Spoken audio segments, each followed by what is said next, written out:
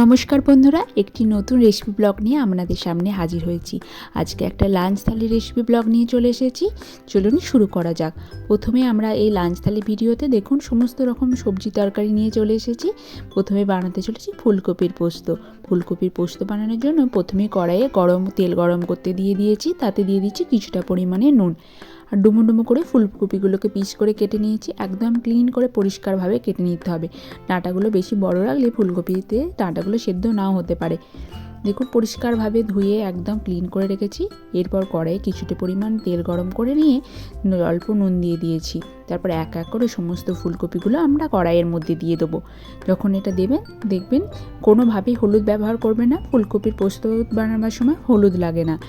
এরপর দেখুন সমস্ত ফুলকপিগুলোকে দিয়ে দিয়েছি। এরপর অল্প থেকে মাঝারি আঁচে আমাদের ফুলকপিগুলোকে ভালোভাবে এখানে ভেজে নিতে হবে। দেখুন একবার নাড়াচাড়া আমি করে নিচ্ছি। তারপর ঢাকনা দিয়ে মিডিয়াম ফ্লেমে এটা মোটামুটি 5 থেকে 7 মিনিটের জন্য ঢাকনা দিয়ে আমি রেখে দেবো।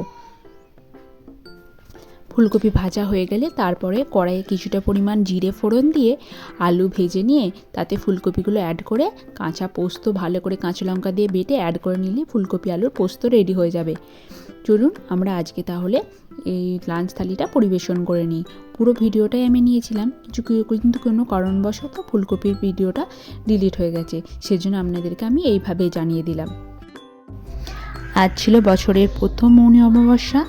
এই 2026-এর এই অমাবস্যা উপলক্ষে আজকে বাড়িতে ছিল সম্পূর্ণ নিরামিষ আহার। সেজন্য দেখুন প্রথমে নিয়ে নিয়েছি গরম ভাত, তার সঙ্গে নিয়েছি সমস্ত এখানে নিরামিষ সবজি। প্রথমে ছিল ডাঁটা আলু বেগুনের তরকারি, শেষ পাতে অল্প ঘি দিয়ে এটাকে নামিয়ে নেওয়া হয়েছিল। শীতকালে এই ডাঁটার তরকারিটা খেতে খুবই সুস্বাদু হয়। অবশ্যই আমি এই রেসিপি আপনাদের সঙ্গে একদিন শেয়ার করে নেব। তারপর ছিল ফুলকপি আলুর পোস্ত, ঝাল ঝাল কাঁচা লঙ্কা দিয়ে এই পোস্ত রেসিপিটা তো খুবই সুস্বাদু হয়। আপনারা অবশ্যই বাড়িতে বানিয়ে দেখবেন। এই শীতকালের দিনে গরম ভাতের সঙ্গে এই পোস্তটা দিয়ে সমস্ত ভাত আপনারা খেয়ে ফেলতে পারবেন। এতই সুস্বাদু হয় এই রেসিপিটি। ফুলকপি আলুর তরকারি, ফুলকপি রোস্ট এইসব তো শীতকালে আমাদের লেগেই থাকে। কিন্তু যদি আমরা নিরামিষ দিনে ফুলকপি আলু এই ঝাল ঝাল পোস্তটা বানান তাহলে বারবার বানাতে মন চাইবে। এটা দিয়ে আমরা সমস্ত ভাত শীতকালে খেয়ে ফেলতে পারবেন। আর ছিল মুগ ডাল আর লাউ দিয়ে এই ডালটা, খুবই সুস্বাদু, তেমনই স্বাস্থ্যের পক্ষে একেবারে খুবই ভালো।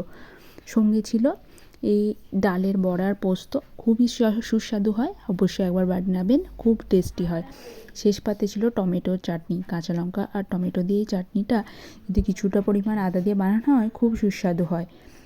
আজকে পরিবেশন করা হয়ে গেছে আমাদের নিরামিষ দিনে সম্পূর্ণ একটা নিরামিষ থালি। চলুন আপনাদেরকে আর একবার ভালোভাবে শেয়ার করে নিই।